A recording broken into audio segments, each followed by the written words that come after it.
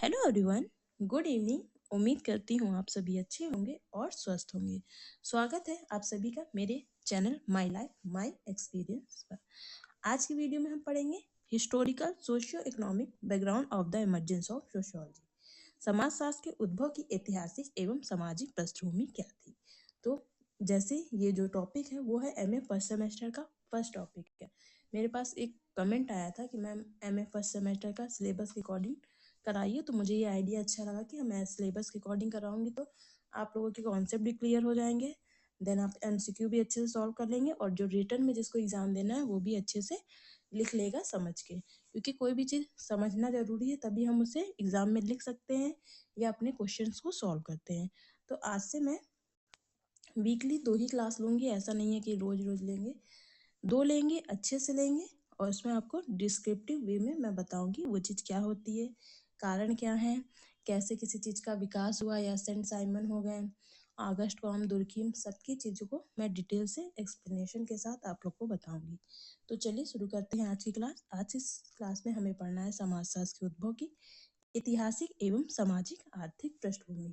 तो कोई भी साइंस ऐसे तो डेवलप हो नहीं जाता है, साइंस के डेवलप होने में कोई ना कोई कारण जिम्मेदार होता है। कोई भी चीज़ हो, हमारे समाज में या सोसाइटी में, हमारे जीवन में कोई भी चीज़ें घटित होती है तो सबके पीछे कोई ना कोई एक लॉजिकल रीज़न होता है। कोई भी चीज़ ऐसे नहीं बदलती है, सबके पीछे कोई ना कोई कारण होता है। ठीक है, तो वैसे ही समाज के उद्भव में भी कोई ना कोई कारण था जो समाजशास्त्र के उद्भव की जिसने नींव रखी थी। तो एक बहुत ही फेमस राइटर है जिनका नाम है बिरस्टी, आप नोट कर लीजिएगा। इनकी पुस्तक है द सोशल ऑर्डर। हो सकता है आपको क्लास स्लो लगे तो आप लोग अगर बाद में देख रहे हैं तो इसकी स्पीड बढ़ाकर देख सकते हैं। द सोशल ऑर्डर इनकी पुस्तक है, ठीक है, जो आई थी 1917 में। इस पुस्तक में इन्होंने कहा है कि एक विषय के रूप में समाजशास्त्र नवीन है, जबकि इसका अतीत काफी प्राचीन या लंबा है। मतलब समाजशास्त्र का अगर देखें तो इतिहास जो है वो काफी प्राचीन है। ठीक है, कोई अभी ऐसे नहीं है कि अभी अभी या डेवलप हो गया है समाजशास्त्र, पहले तो था नहीं। पर जो ये अगर विषय के रूप में देखा जाए तो समाजशास्त्र एक नवीन विषय है, परंतु इसका इतिहास या अतीत क्या है, बहुत ही काफी लंबा है और पुराना है। ये इनकी क्वेश्चन है जो हर एग्जाम में पूछी जाती है, इसको आप नोट कर लीजिएगा। देन समाजशास्त्र की ऐतिहासिक एवं सामाजिक आर्थिक पृष्ठभूमि।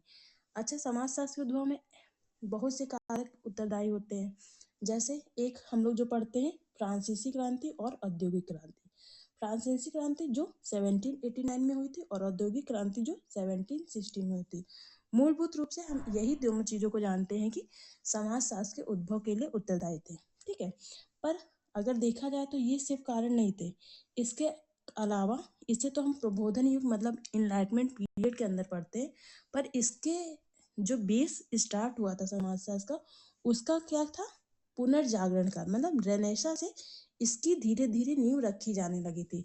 रेनेसा पीरियड था तो हम लोग मोस्टली जो पढ़ाया जाता है, हम लोग को सिर्फ यही पढ़ाया जाता है कि समाजशास्त्र के उद्भव के फ्रांसीसी और औद्योगिक क्रांति उत्तरदायी थी। प्रबोधन युग मतलब इनलाइटमेंट पीरियड को हम लोग पढ़ते हैं। तो हम आज की वीडियो में ये भी जानेंगे कि पुनर्जागरण काल क्या था, कैसे समाजशास्त्र के लिए ये उत्तरदायी है। तो चलिए शुरू करते हैं। समाजशास्त्र का उद्भव 19वीं शताब्दी के एक स्वतंत्र शैक्षणिक विषय के रूप में हुआ। यह अचानक नहीं हुआ, बल्कि यह यूरोप में सामाजिक, आर्थिक और राजनीतिक परिवर्तनों का परिणाम था। मतलब समाज शास्त्र का उद्भव जो हुआ था उसके 3 कारण थे। यूरोप में हुए थे सामाजिक, आर्थिक, राजनीतिक परिवर्तन। तो आप इस तरह से अपने एग्जाम में भी लिख सकते हैं अगर जिन्हें रिटर्न एग्जाम देना है। इन परिवर्तनों ने लोगों की और उसकी संरचना, लोगों को समाज और उसकी संरचना, उसमें उत्पन्न होने वाली समस्याओं के बारे में गहराई से सोचने के लिए प्रेरित किया। जब कोई समस्या आती है उसी के बाद ही व्यक्ति क्या करता है, किसी भी चीज के बारे में सोचता है, पहले तो सोचता नहीं है। तो इंग्लिश वाले ये अपना देख सकते हैं, पढ़ सकते हैं। तो अगर देखा जाए तो समाजशास्त्र के उद्भव के कौन कौन से काल थे, तो सबसे पहले हम जानेंगे रेनेसां, पुनर्जागरण। ये इसका जो टाइम पीरियड था वो था 14 से 17 सेंचुरी था और ये कहाँ हुआ था, मुख्यतः यूरोप में हुआ था। रेनेशिया का अर्थ है पुनर्जन्म या पुनर्जागरण, मतलब फिर से जागृत होना या फिर से किसी का जन्म होना, यानी ज्ञान, तर्क, मानव चेतना का पुनः उदय क्या कहलाता है? रेनेशिया कहलाता है। यह मध्ययुगीन धार्मिक नियंत्रण के बाद मानव मूल्यों और बुद्धिवाद का पुनरुत्थान था। अगर देखें तो हम लोग का जो मध्यकाल था, हम लोग पढ़ते हैं वहां पर स्त्रियों की दशा बहुत बुरी थी, या मध्ययुगीन काल जो था बहुत ही डिस्टर्ब था, इतना ऐसा समझ लीजिए। तो उसके बाद ही ये मानव मूल्य और बुद्धिवाद का पुनरुत्थान हुआ। इसे हम किसको लिए जानते हैं? रेनेशिया के बारे में जानते हैं। रेनेशिया पीरियड में दो क्रांति हुई थी। एक हुई थी वाणिज्यिक क्रांति,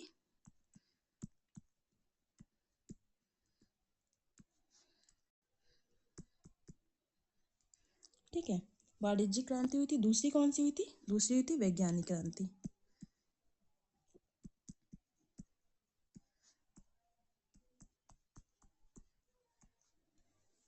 तो रेनेसा क्या होता है? किसी का पुनर्जन्म या पुनर्जागरण, यानी इस समय क्या हुआ था? ज्ञान, तर्क, मानव चेतना का पुनः उदय हुआ था।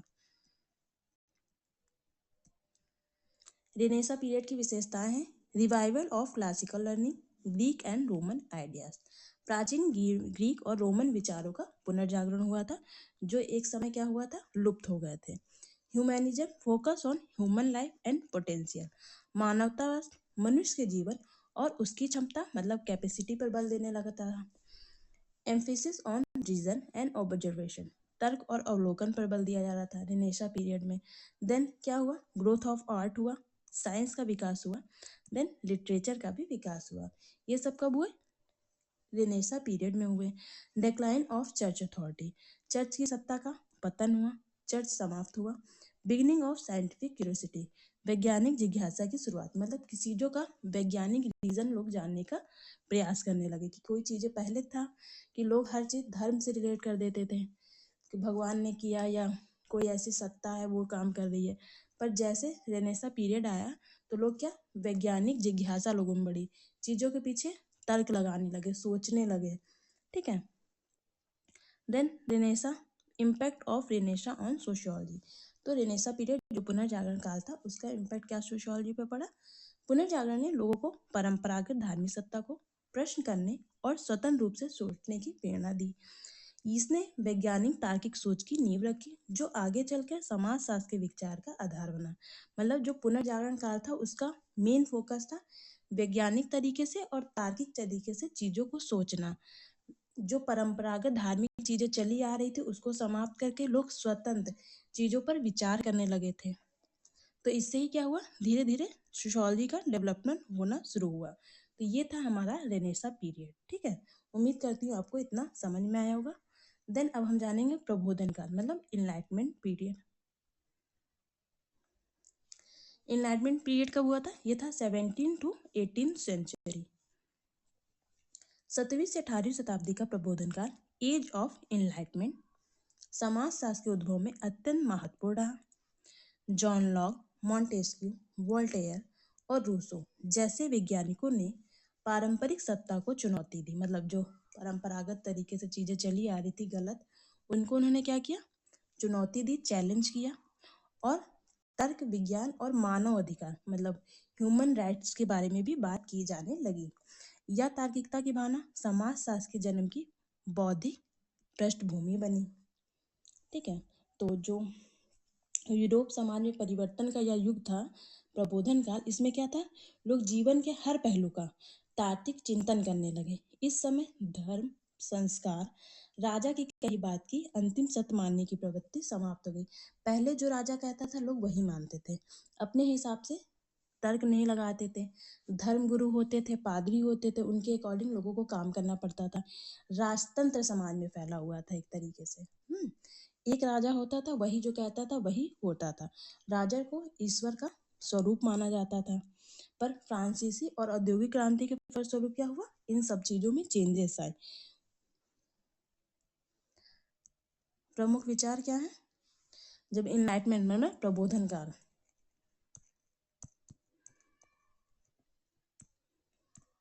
इसमें भी क्या हुआ? ज्ञान, तर्क और विज्ञान पर विश्वास बढ़ा, reason of science, criticism of blind faith and tradition, अंधविश्वास और परंपराओं की आलोचना की गई। Believe in human progress and equality, मानव प्रगति और समानता में विश्वास किया जाने लगा। Demand for freedom and democracy, स्वतंत्रता और लोकतंत्र की मांग बढ़ी। Secularism, separation of church and state, धर्मनिरपेक्षता मतलब धर्म और राज का अलगाव हुआ। Then observation and empirical study, अनुभव और अवलोकन आधारित अध्ययन किए जाने लगे। कब किए जाने लगे? इनलाइटमेंट पीरियड में। तो ये सोशियोलॉजी पे क्या इफेक्ट डाला इनलाइटमेंट पीरियड, आइए जाने।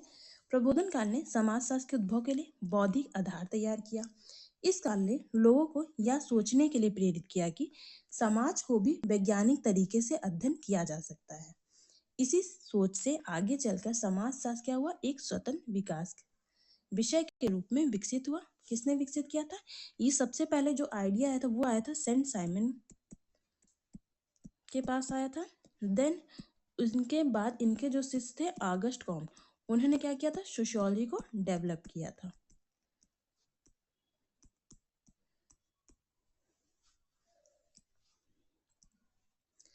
पुनर्जागरण, ज्ञानोदय और समाजशास्त्र के बीच संबंध। पुनर्जागरण मानवतावाद और तर्क का पुनर्जन्म, पुरानी सामाजिक व्यवस्था पर सवाल उठाने को बढ़ावा दिया। पुनर्जागरण ने क्या क्या किया? पुनर्जागरण ने मानवतावाद, तर्क का पुनर्जन्म किया, पुरानी सामाजिक व्यवस्था पर सवाल उठाने शुरू कर दिए। और जब वो आया इनलाइटमेंट पीरियड आया, ज्ञानोदय काल, तो उसने क्या किया? समानता पर जोर दिया, विज्ञान पर जोर दिया, तर्क पर जोर दिया, मानव समाज के वैज्ञानिक अध्ययन को बढ़ावा दिया। ठीक है, इससे क्या हुआ? Sociology emerged in 19th century as a result of rational, scientific और सोशल इंक्वायरी। तो इस तरह से समाजशास्त्र का उद्भव होना स्टार्ट हो गया। आइए जान लेते हैं औद्योगिक क्रांति और फ्रांसीसी क्रांति के बारे में। उम्मीद करती हूँ आपको कॉन्सेप्ट समझ में आ रहा होगा। अगर आपको वीडियो अच्छी लग रही होगी तो कमेंट बॉक्स में मुझे जरूर बताइएगा कि मैम ऐसे ही वीडियो आप सारे टॉपिक के लेके आइए। औद्योगिक क्रांति 18वीं शताब्दी के अंत में विशेषकर इंग्लैंड में समाज में गहरे परिवर्तन लाए गए। मतलब औद्योगिक क्रांति कब हुई थी? इसका जो ईयर है वो था 1760। इसमें क्या हुआ? बहुत सारे परिवर्तन आए, जैसे कृषि से उद्योग की ओर परिवर्तन आया। लोग पहले कृषि कार्य करते थे, पर औद्योगिक क्रांति के फलस्वरूप उद्योगों का विकास होने लगा। ठीक है, यूरोप में विशेषकर इंग्लैंड द्वारा नए क्षेत्रों की खोज, उसके साथ साथ व्यापार और वाणिज्य में वृद्धि हुई। इसके फलस्वरूप शहरों में विकास के कारण चीजों की मांग बढ़ने लगी। कपड़े जैसे परंपरागत वस्तुओं का निर्माण पहले घरेलू स्तर पर होता था, परंतु बाद में क्या किया गया? उसे उद्योग उद्योग लगाकर बनाए जाने लगे। शहरीकरण और नगरों का विकास हुआ, कारखाना प्रणाली प्रचलित हुई, मजदूरी आधारित श्रम का उद्भव हुआ। मतलब क्या हुआ? पहले लोग ऐसे ही लोगों से जबरदस्ती काम करा देते थे, मन हुआ पैसे दिए, मन हुआ नहीं दिए। पर जैसे जैसे क्या हुआ? औद्योगिक चीजें, उद्योग धंधे विकसित हुए, तो लोग मजदूरी के पैसे देने लगे लोगों को। औद्योगिक क्रांति का जनक किसे बोलते हैं? बोलते हैं टैनबी को। इनकी पुस्तक है आ स्टडी ऑफ हिस्ट्री। ठीक है, तो औद्योगिक क्रांति का जनक बोला जाता है टैनबी को। और एक और क्वेश्चन आता है औद्योगिक समाज। औद्योगिक क्रांति और औद्योगिक समाज दोनों अलग अलग है, कंफ्यूज मत होइएगा। औद्योगिक समाज की बात कौन करता है? ये हमारे करते हैं सेंट साइमन।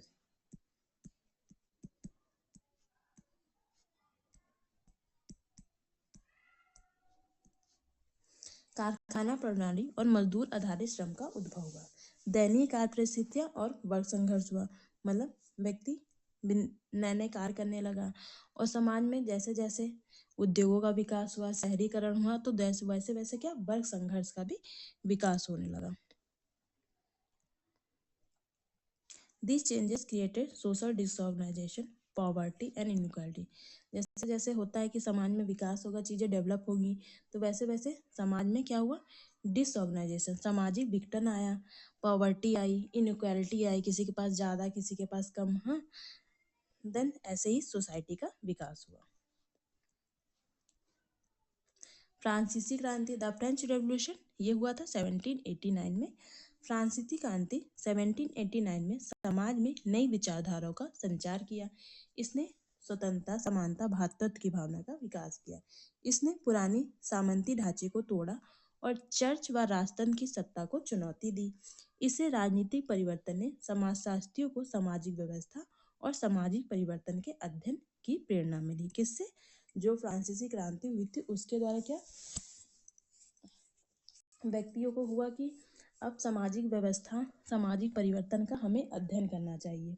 क्योंकि फ्रांस की जब फ्रांस में औद्योगिक क्रांति हुई थी तो उसमें क्या होता, फ्रांस की आर्थिक स्थिति बहुत कमजोर हो गई थी। उस समय एक लुई 14वें थे, लुई 15वें थे, दोनों ही शासक के समय क्या हुआ था, उन्होंने काफी ऋण ले लिया था। समाज में अव्यवस्था फैल गई थी पूरी की तरह से। तो लोगों को क्या था, अब सोसाइटी में क्या चाहिए, डेवलपमेंट चाहिए। तो धीरे धीरे जब डेवलपमेंट चाहिए, पूरा सोसाइटी खराब हो गई, लोगों के पास पैसे नहीं, तो धीरे धीरे क्या, जब भी कोई चीज़ होती है खराब होती है तो चीज़ों का अच्छा करने का भी कोई ना कोई विचार लेके हमारे समाज में आता है। तो इसी तरह हमारी फ्रांसीसी क्रांति उद्भव में आई।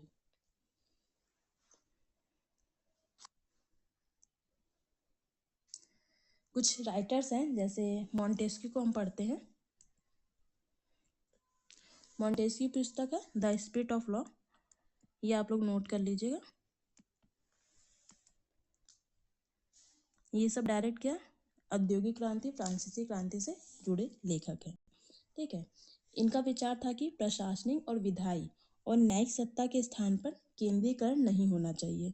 वह अधिकारों के, जैसे मॉन्टेस्क्यू थे, वो अधिकारों के पृथक्करण के सिद्धांत के समर्थक थे, व्यक्ति की स्वतंत्रता के पक्ष में थे। उनका मानना था कि व्यक्ति को स्वतंत्रता मिलनी चाहिए। इसी तरह एक दार्शनिक थे लॉक। ठीक है। इनका मानना था कि व्यक्ति के कुछ अधिकार हैं, जैसे कौन कौन से अधिकार, जीवन का अधिकार हो गया, संपत्ति का अधिकार हो गया, व्यक्तिगत स्वतंत्रता का अधिकार। नेक्स्ट राइटर है फ्रांसीसी दार्शनिक वोल्टेयर। इन्होंने धार्मिक सहिष्णुता और व्यक्ति को बोलने की स्वतंत्रता की मांग की थी। जैसे इनकी पुस्तक है फ्रीडम ऑफ स्पीच। इसमें इन्होंने कहा कि मतलब हर व्यक्ति को बोलने का अधिकार होना चाहिए, अपनी अभिव्यक्ति करने, अपने विचार रखने का अधिकार होना चाहिए। रूसो, इनकी पुस्तक है the social contract. The Rousseau है, इनकी पुस्तक है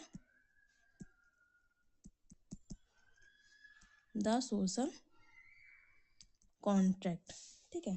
इसमें इन्होंने कहा किसी देश की जनता का अपना शासक चुनने का अधिकार है। मतलब हर देश में जितनी जनता है सबको अपने शासक चुनने का अधिकार मिलना चाहिए। तभी क्या, इसी तरीके से क्या हुआ, जैसे जैसे लोगों ने लिखना शुरू किया, पढ़ना शुरू किया, अपने विचारों को फैलाना शुरू किया, तो लोगों में क्या आई, धीरे धीरे जागरूकता आई।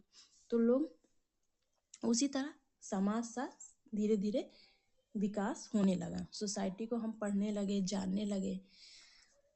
देन क्या हुआ, ये सब चीज़ें हो गई, औद्योगिक क्रांति हुई, फ्रांसीसी क्रांति हुई, उसके कुछ परिणाम भी तो होंगे। ऐसा तो नहीं है कोई भी चीज़ होती है तो उसके परिणाम नहीं होंगे। तो उससे क्या हुआ, शहरीकरण हुआ। देन हुआ सामाजिक समस्याएं पैदा हुई, जैसे तेजी से शहरीकरण ने भीड़ भाड़ को जन्म दिया, झुग्गी झोपड़ी बस्तियाँ, अपराध और बेरोजगारी और नैतिक पतन जैसी समस्याएं उत्पन्न हो गई।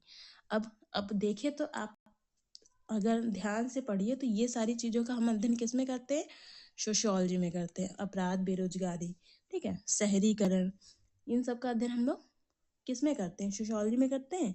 तब विचारकों ने प्रश्न उठाया, समाज इतनी तेजी से क्यों बदल रहा, क्योंकि धीरे धीरे परिवर्तन जब आ रहा था तो सडन इतनी क्राइम होने लगे, ठीक है, इतने सारे भीड़ भाड़ हो गए, लोग बेरोजगार हो गए। देन हर किसी के मन में प्रश्न आएगा कि चीज़ें ऐसे सडनली क्यों बदल रही हैं, सामाजिक संतुलन कैसे पुनः स्थापित किया जाए, समाज को कैसे विकसित किया जाए। इन्हीं प्रश्नों ने प्रारंभिक समाजशास्त्रीय चिंतन की नींव रखी। ऐसे ही क्या हुआ, समाजशास्त्रीय चिंतन की नींव रख दी गई। इसी तरह क्या हुआ, वैज्ञानिक दृष्टिकोण का विकास हुआ, ग्रोथ ऑफ साइंटिफिक स्पिरिट, भौतिकी, रसायन और जीव विज्ञान, जैसे प्राप्ति विज्ञानों की सफलता ने विचारकों को प्रेरित किया कि समाज का अध्ययन भी वैज्ञानिक पद्धति मतलब साइंटिफिक मेथड से किया जा सकता है। ऑगस्ट कॉम्ट ने पॉजिटिविज्म की संकल्पना दी, यानी समाज का अध्ययन अवलोकन, प्रयोग और तुलना के माध्यम से किया जा सकता है। जैसे हम साइंस में चीज़ों का अध्ययन करते हैं, उसी तरह हम सोसाइटी का भी अपने अध्ययन कर सकते हैं। इसका पॉजिटिविज्म की बात कौन करता है, ये क्वेश्चन मोस्टली पूछता है, ये करते हैं ऑगस्ट कॉम्ट। इनकी पुस्तक है पॉजिटिव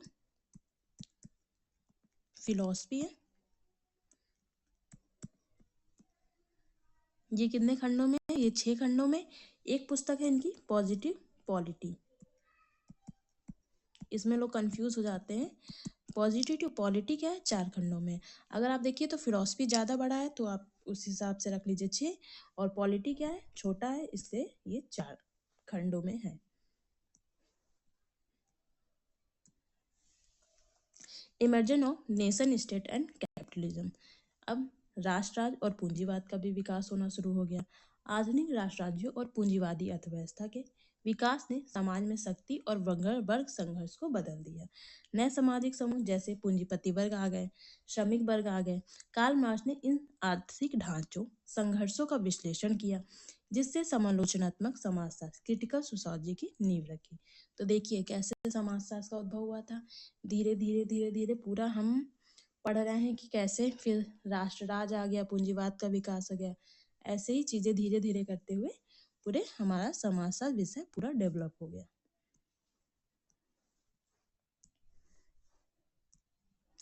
देन कुछ कीवर्ड जान लीजिए, कौन कौन सी चीजें हैं जो समाजशास्त्र के उद्भव में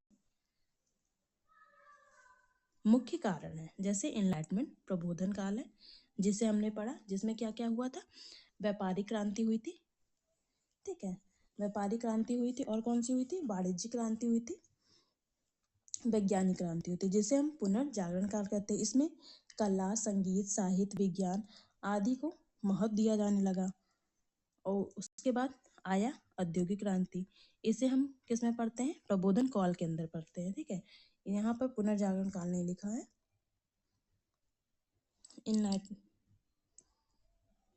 रेनेसा।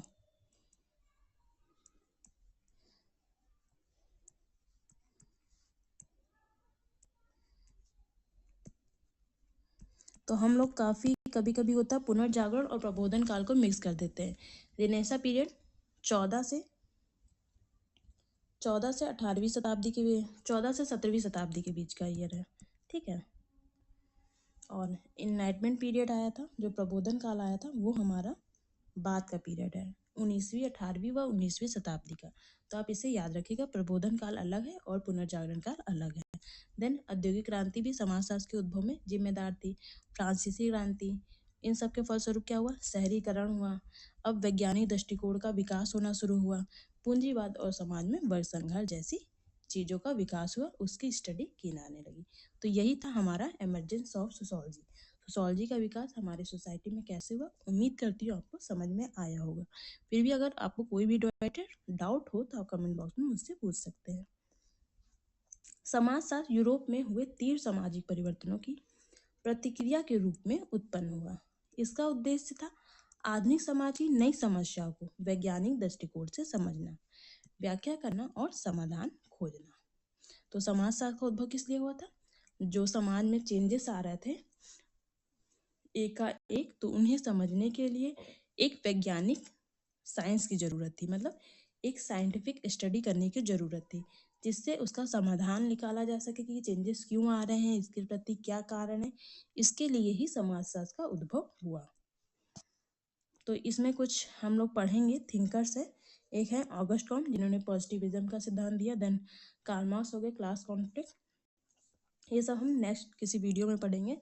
देन इमानुएल दुर्की में सोशल ऑर्डर और सॉलिडारिटी का सिद्धांत दिया। देन मैक्स वेबर है नेशनलाइजेशन एंड सोशल एक्शंस की थ्योरी दी है। तो ये सारे कुछ राइटर्स हैं जिन्होंने समाजशास्त्र के उद्भव के बाद कुछ अध्ययन किए हैं, जो समाजशास्त्र के विकास में काफ़ी महत्वपूर्ण है। इन्हीं के थ्योरीज को हम लोग आगे कितना पढ़ते हैं, हर चीज़ में अप्लाई होती है इन लोग की थ्योरी। तो ठीक है, तो ऐसे ही हमारे समाजशास्त्र का उद्भव हुआ। उम्मीद करती हूँ आपको वीडियो अच्छी लगी होगी, और इससे संबंधित अगर कोई भी क्वेरी हो, आपको नेक्स्ट वीडियो किस पर चाहिए, वो आप मुझे कमेंट बॉक्स में सजेस्ट कर सकते हैं। वीडियो देखने के लिए आपका बहुत बहुत धन्यवाद। मिलते हैं किसी नेक्स्ट वीडियो में। Bye bye, good night.